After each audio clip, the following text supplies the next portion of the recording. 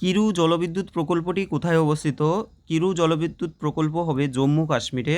তো এই যে জলবিদ্যুৎ প্রকল্প বা জলবিদ্যুৎ সম্পর্কে যদি আমরা দেখি, তো জলবিদ্যুৎকে বর্তমানে অধিকতর গুরুত্ব দেওয়া হয় এবং তার জন্য কয়লার সাথে কম্পেয়ার করে, তুলনা করে এটাকে কিন্তু সাদা কয়লা বলা হয়ে থাকে। সাদা কয়লা।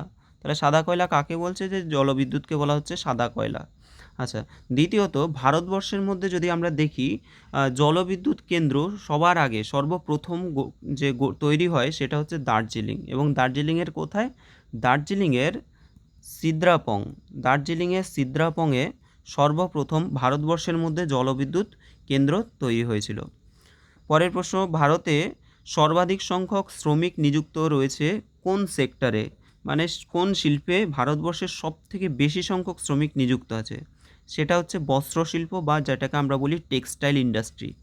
ঠিক আছে, তাহলে অ্যান্সার অপশান এ হয়ে যাবে। টেক্সটাইল ইন্ডাস্ট্রি বা বস্ত্রশিল্পে কিন্তু সবথেকে বেশি সংখ্যক শ্রমিক নিযুক্ত রয়েছে। নেক্সট কোশ্চেন, জাসকর রেঞ্জ গঠিত হয় কিসের দ্বারা? আচ্ছা, জাসকর রেঞ্জ সামুদ্রিক অবক্ষেপ দ্বারা, হ্রদজাত অবক্ষেপ দ্বারা, নাকি রূপান্তরিত শিলা দ্বারা, নাকি কোনোটি নয়? এটা অ্যান্সার হবে সামুদ্রিক অবক্ষেপ দ্বারা। কারণ কি, এক্ষেত্রে জাসকর রেঞ্জ মূলত আমরা যদি দেখি যে টেথিস সাগর, সেই টেথিস সাগরের অবক্ষেপের দ্বারা কিন্তু এটা সৃষ্টি হয়েছে। পাললিক এবং রূপান্তরিত শিলা দ্বারাই গঠিত মোটামুটি। তো এটা আমরা সেই হিসেবে অপশান এ লিখব, সামুদ্রিক অবক্ষেপ দ্বারা এটা গঠিত হয়। কোয়েশ্চেন নাম্বার 4, পানীয় জলে ফ্লুরাইডের আধিক্যের ফলে কি হয়? ফ্লুরাইড দূষণের ফলে কি হয়? ফ্লুরাইড দূষণের ফলে দেখো অপশানগুলো, ফুসফুসের রোগ, অন্ত্রের সংক্রমণ, ফ্লুরোসিস নাকি রিকেট। তো এটা হয়ে যাবে ফ্লুরোসিস। ঠিক আছে, ফ্লুরাইড দূষণের ফলে কিন্তু ফ্লুরোসিস রোগ হয়। আমরা যেমন দেখেছি যে সেই আর্সেনিক দূষণের ফলে কিন্তু ব্ল্যাক ফুট ডিজিজ হয়ে থাকে।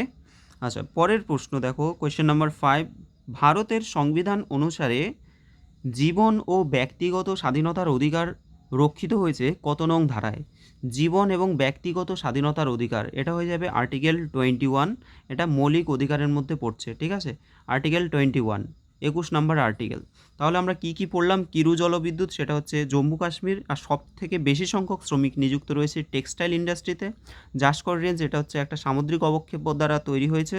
আর ফ্লুরাইডের আধিক্যের ফলে কিন্তু ফ্লুরোসিস রোগ হয়ে থাকে। আর জীবন এবং ব্যক্তি স্বাধীনতার অধিকার, এটা হচ্ছে আমাদের 21 নম্বর আর্টিকেলে রয়েছে। আচ্ছা, নেক্সট বলছে যে কোনটি সবার থেকে আলাদা? কি হবে এটা? জুওলজি, বোটানি, ফিলোসফি নাকি ফিজিওলজি? তো প্রথমত বোটানি, আচ্ছা জুওলজি আছে। জুওলজি মানে হচ্ছে প্রাণীবিদ্যা, আর বোটানি মানে হচ্ছে উদ্ভিদবিদ্যা। ফিজিওলজি মানে হচ্ছে শারীরবিদ্যা, আর সাইকোলজি হচ্ছে মনস্তত্ত্ববিদ্যা। তো এখানে দেখো ফিজিওলজি, এটা আবার দর্শন, যেটাকে আমরা বলি দর্শনশাস্ত্র। ঠিক আছে, তো এই যে বাকিগুলো আছে, ফিলোজফি মানে দর্শনশাস্ত্র। তো ফিলোজফি ছাড়া বাকি যেগুলো রয়েছে এগুলো কিন্তু উদ্ভিদ এবং প্রাণীর ক্ষেত্রে প্রযোজ্য। এগুলো মানে আমরা যে জীববিদ্যা পড়ি, অর্থাৎ বায়োলজির পার্টের মধ্যে চলে যাচ্ছে। কিন্তু ফিজিওলজি যেটা আসছে, ফিলোজফিটা কিন্তু চলে আসছে আমাদের দর্শনশাস্ত্র, সম্পূর্ণ আলাদা। দ্বিপদ নামকরণের প্রবক্তাকে? দ্বিপদ নামকরণ করেন বিজ্ঞানী ক্যারোলাস লিনিয়াস। ঠিক আছে, বিজ্ঞানী ক্যারোলাস লিনিয়াস তিনি দ্বিপদ নামকরণ করেন। এবং দ্বিপদ নাম বলতে আমরা কি বুঝি? গণ এবং প্রজাতি যে রয়েছে, সেই গণ আর প্রজাতি এই দুটো মিলিয়ে কিন্তু হয়ে যায় দ্বিপদ নামকরণ। যেমন মানুষের ক্ষেত্রে আমাদের গণ হচ্ছে হোমো, আর প্রজাতি হচ্ছে সেপিয়েন্স। তাহলে আমাদের বিজ্ঞানসম্মত নাম হয়ে যাচ্ছে হোমোসেপিয়েন্স। ঠিক আছে, তো এই গণ আর প্রজাতি মিলেই কিন্তু আমাদের জেনারেলি দ্বিপদ নামকরণটা হয়। এবার কি বলছে, নিচের সাপগুলির মধ্যে কোনটি বিষহীন একটা সাপ? অর্থাৎ কার বিষ নেই? কেউটে সাপ প্রচুর বিষ, ময়াল সাপ, দেখো ময়াল সাপ এর কিন্তু বিষহীন সাপ। এটা সাধারণত অনেক বড় হয়, এটা কিন্তু কোনো একটা প্রাণীকে ধরে সেটাকে পুরো গিলে ফেলে। ঠিক আছে, কিন্তু এর কিন্তু দাঁতের মধ্যে কোনো রকম বিষ নেই। নেক্সট কি বলছে, সালোক সংশ্লেষে উৎপন্ন অক্সিজেনের উৎস কী? তো সালোক সংশ্লেষে অক্সিজেন যে উৎপন্ন হয় তার সোর্স বা উৎস হচ্ছে জল। ঠিক আছে, অক্সিজেনের উৎস কী হবে? জল হয়ে যাবে। কোয়েশ্চেন নাম্বার 10, কোনটি ভাইরাসজনিত রোগ নয়? আচ্ছা, টিটেনাস, ইনফ্লুয়েঞ্জা, চিকেন পক্স নাকি মিসেলস? এটা হয়ে যাবে টিটেনাস। ক্লস্ট্রিডিয়াম টিটেনির নামে একটা ব্যাকটেরিয়া আছে, সেই ব্যাকটেরিয়ার ফলে কিন্তু টিটেনাসটা হয়। ক্লস্ট্রিডিয়াম টিটেনি, ঠিক আছে? তাহলে কিন্তু এই যে টিটেনাস সেটা কিন্তু ব্যাকটেরিয়া গঠিত রোগ, সেটা কিন্তু ভাইরাস গঠিত নয়। Sir CV Raman sir CV Raman Nobel পুরস্কার পেয়েছিলেন বিকিরণের কোন ঘটনার জন্য? তো এটা কি হবে? বিক্ষেপণ, বিচ্ছুরণ, ব্যতিচার নাকি সমবর্তন? এটার অ্যান্সার হয়ে যাবে বিক্ষেপণ, অপশান এ হয়ে যাবে বিক্ষেপণের জন্য, ঠিক আছে? তাহলে আমরা এখানে কি পড়লাম, কোনটা আলাদা সেটা আমরা দেখলাম যে ফিলোসফি এখানে দর্শনশাস্ত্র আলাদা। আর দ্বিপদ নামকরণের প্রবক্তা হচ্ছেন ক্যারোলাস লিনিয়াস, তিনি দ্বিপদ নামকরণ এর প্রবক্তা, আবার তিনি কিন্তু হায়ারার্কিরও প্রবক্তা, ঠিক আছে? আর কোনটা বেসিন সাপ, ময়াল সাপ। আর সালোক সংশ্লেষে অক্সিজেনের উৎস, মানে সালোক সংশ্লেষে উৎপন্ন অক্সিজেনের উৎস কিন্তু জল। ভাইরাস গঠিত নয় কোনটা? টিটেনাস। টিটেনাস কিন্তু ভাইরাস গঠিত নয়। আর সিভি রমন, যিনি রমন এফেক্ট আবিষ্কার করেছিলেন, নোবেল পুরস্কার পেয়েছিলেন, আমরা জানি 28শে ফেব্রুয়ারি কিন্তু জাতীয় বিজ্ঞান দিবস আমরা পালন করে থাকি, তার জাতীয় বিজ্ঞান দিবস পালন করে থাকি, ঠিক আছে? তো সিভি রমন, তিনি রমন এফেক্ট আবিষ্কার করেছিলেন, এবং এই যে বিক্ষেপণ তিনি যেটা আবিষ্কার করেছিলেন সেটা হচ্ছে আলোর বিক্ষেপণ, বিক্ষেপণের জন্য তিনি নোবেল পুরস্কার পেয়েছিলেন। পরের প্রশ্নে চলে যাচ্ছি, কোয়েশ্চেন নাম্বার 12। এখানে বলা হচ্ছে যে তাপীয় পরিবাহিতা যাকে কে দ্বারা ডিনোট করছে এবং তড়িৎ পরিবাহিতা যাকে ডেল্টা দ্বারা ডিনোট করছে, এর সাপেক্ষে হীরকে থাকে। হীরের ক্ষেত্রে যদি আমরা দেখি, হীরক কিন্তু উচ্চ তাপ পরিবাহিতা রয়েছে, ঠিক আছে? তার মধ্যে দিয়ে তাপ পরিবহন হয় কিন্তু অনেক বেশি পরিবাহিত হয়। আর যদি দেখি তড়িৎ, হীরক কিন্তু তড়িতের কিন্তু কুপরিবাহী, তাই তো? তড়িতের কুপরিবাহী। তাহলে বুঝতেই পারছো আমাদের হীরকের ক্ষেত্রে কি হবে? উচ্চ কে মানে হচ্ছে তাপ পরিবাহিতা, আর নিম্ন ডেল্টা মানে হচ্ছে তড়িৎ পরিবাহিতা হচ্ছে কম। পরের প্রশ্ন বলছে সিপিইউ এর ফুল ফর্ম কি? Central processing unit. Option A হবে সঠিক অ্যান্সার, কম্পিউটারের কোশ্চেন। সিপিইউ মানে হচ্ছে central processing unit. Aga Khan cup কোন খেলার সাথে যুক্ত? আগা খান কাপ হবে হকির সাথে যুক্ত। তাহলে আগা খান কাপ হকির সাথে যুক্ত।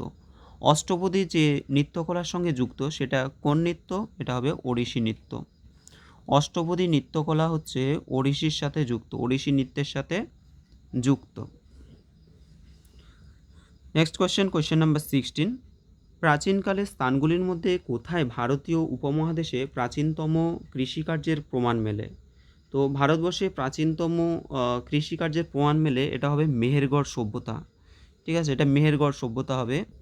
তো মেহেরগড় সভ্যতা সম্পর্কে আমরা একটু যদি জানি, তো কি না, 1974 সালে ফরাসি বিজ্ঞানী বা প্রত্নতত্ত্ববিদ আর কি, জাঁ ফ্রাঁসোয়া জারিস এবং রিচার্ড মিডো, তো এনারা কিন্তু এই মেহেরগড় সভ্যতা আবিষ্কার করেন। এখনও অবধি প্রাপ্ত সভ্যতার মধ্যে কিন্তু এই মেহেরগড় সভ্যতা হলো বিশ্বের মধ্যে প্রাচীনতম সভ্যতা, ঠিক আছে? তাহলে 1974 সালে রিচার্ড মিডো এবং জাঁ ফ্রাঁসোয়া জারিস এরা এই মেহেরগড় সভ্যতা আবিষ্কার করেন। আচ্ছা, পরের প্রশ্ন দেখো, কোন মধ্যযুগীয় শাসক আইনি দহশালা প্রবর্তন করেন, বা আমরা যেটাকে 10শালা বন্দোবস্ত বলে থাকি, এটা হয়ে যাবে সম্রাট আকবর এই আইনি দহশালা প্রবর্তন করেন। আচ্ছা, এখানে আমরা একটা কথা বলে নিই যে আকবরের রাজসভায় যে ভূমি রাজস্ব মন্ত্রী আর কি, তো রাজস্ব মন্ত্রী তার নাম হচ্ছে টোডরমল। এটা কিন্তু বিভিন্ন সময় তোমরা কোশ্চেনগুলো পেয়েছো, ঠিক আছে? এই কোশ্চেনটা খুবই ইম্পর্টেন্ট একটা কোশ্চেন। নেক্সট, পরের প্রশ্নে চলে যাচ্ছি। আচ্ছা, আকবরের সময় আরও বেশ কিছু জিনিস প্রবর্তিত হয়েছিল। তোমরা যদি কোনো ইনফরমেশান যদি কমেন্টে লিখতে চাও আকবর সম্পর্কে, তোমরা একটু কমেন্ট করতে পারো। Next, question number 18। বিশেষ অর্থনৈতিক অঞ্চল আইনটি ভারতীয় পার্লামেন্টে 2005 সালে অনুমোদিত হয়। আইনটি কবে বলবৎ হয়? দেখো, এই টার্মটা কিন্তু আমাদের খুব ইম্পর্টেন্ট। স্পেশাল ইকোনমিক জোন আমরা যাকে বলি, এসইজেড, ঠিক আছে? অর্থাৎ স্পেশাল ইকোনমিক জোন মানে বিশেষ অর্থনৈতিক অঞ্চল। তো এটা ভারতীয় পার্লামেন্টে 2005 সালে বলছে অনুমোদিত হয়, তবে আইনটি বলবৎ হয় কবে? তার পরের বছরই কিন্তু বলবৎ হয়, অর্থাৎ 2006 সালে কিন্তু এটি বলবৎ হয়। এবার দেখো, এইখানে ইম্পর্টেন্ট একটা প্রশ্ন হচ্ছে, এই যে সেজ স্পেশাল ইকোনমিক জোন, এটা ভারতবর্ষের মধ্যে সবার আগে সর্বপ্রথম কোথায় গঠিত হয়? এটা মনে রাখবে 1965 সালে গুজরাটের কান্দালায়, গুজরাটের কান্দালায়, ঠিক আছে, কান্ডালায়। আচ্ছা, আর আমাদের ওয়েস্ট বেঙ্গলের মধ্যে যদি দেখি স্পেশাল ইকোনমিক জোন, এটা হচ্ছে ওয়েস্ট বেঙ্গলের মধ্যে কোথায় আছে?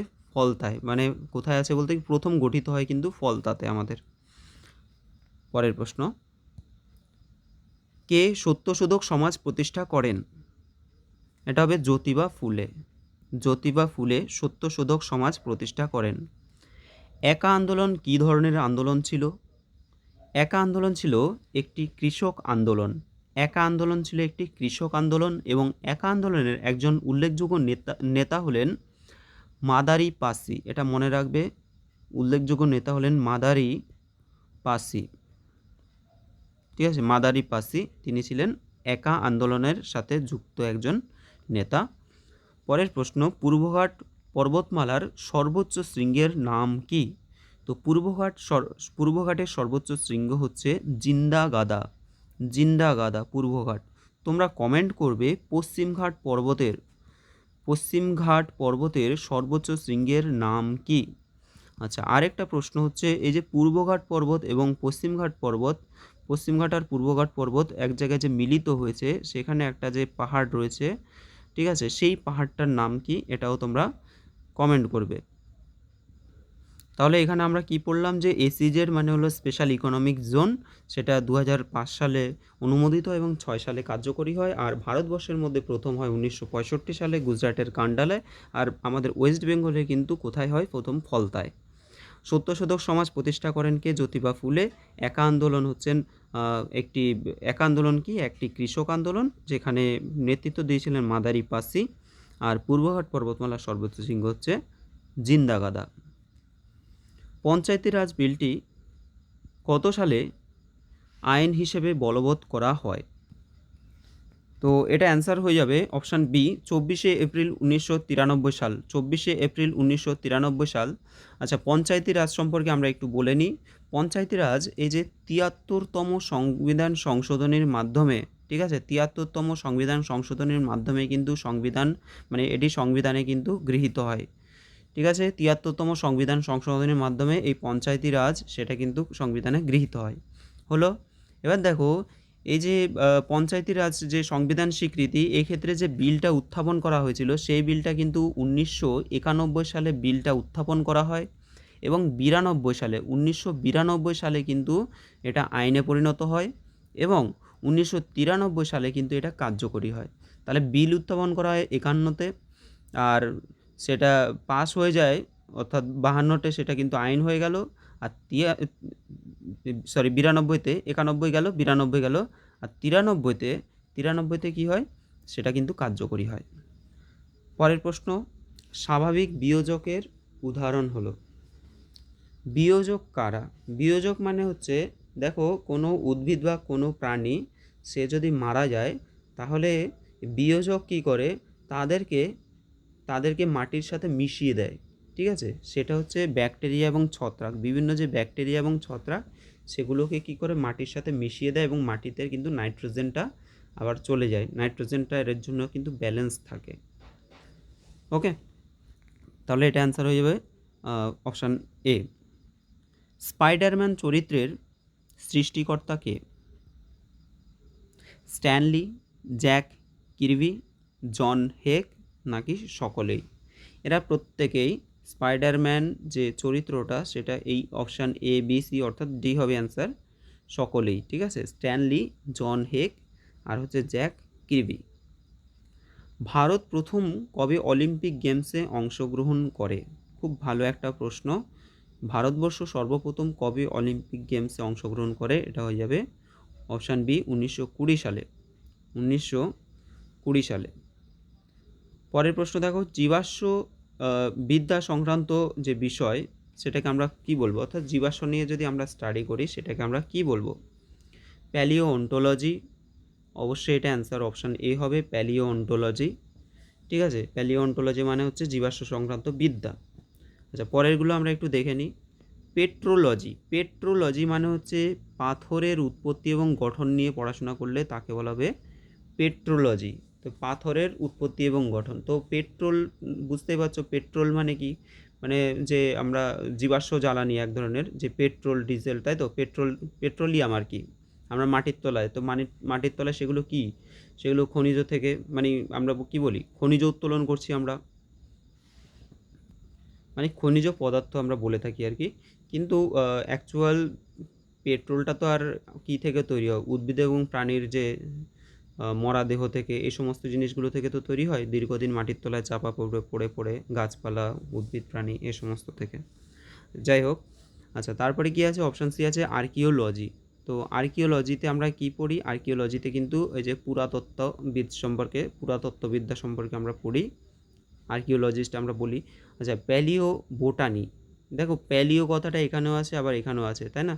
তো প্যালিও বোটানি মানে হচ্ছে উদ্ভিদদেহের যে জীবাশ্ম সংক্রান্ত বিদ্যা, সেটাকে প্যালিও বোটানি বলা হয়। ওকে, উদ্ভিদ দেহের যে জীবাশ্ম সংক্রান্ত বিদ্যা, সেটা হচ্ছে প্যালিও বোটানি। তাহলে এটা হবে প্যালিও অন্টোলজি, ঠিক আছে, অপশান এ হয়ে যাবে। 27 বলছে যে 1815 সালে ভারতের প্রথম সার্ভেয়ার জেনারেল হিসেবে কাকে নিযুক্ত করা হয়? এটা হবে কলিন ম্যাকেনজি।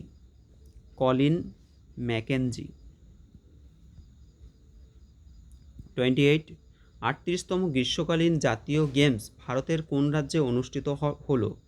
তো 38তম গ্রীষ্মকালীন জাতীয় গেমস এটা কোথায় অনুষ্ঠিত হয়? এটা হচ্ছে উত্তরাখণ্ডে।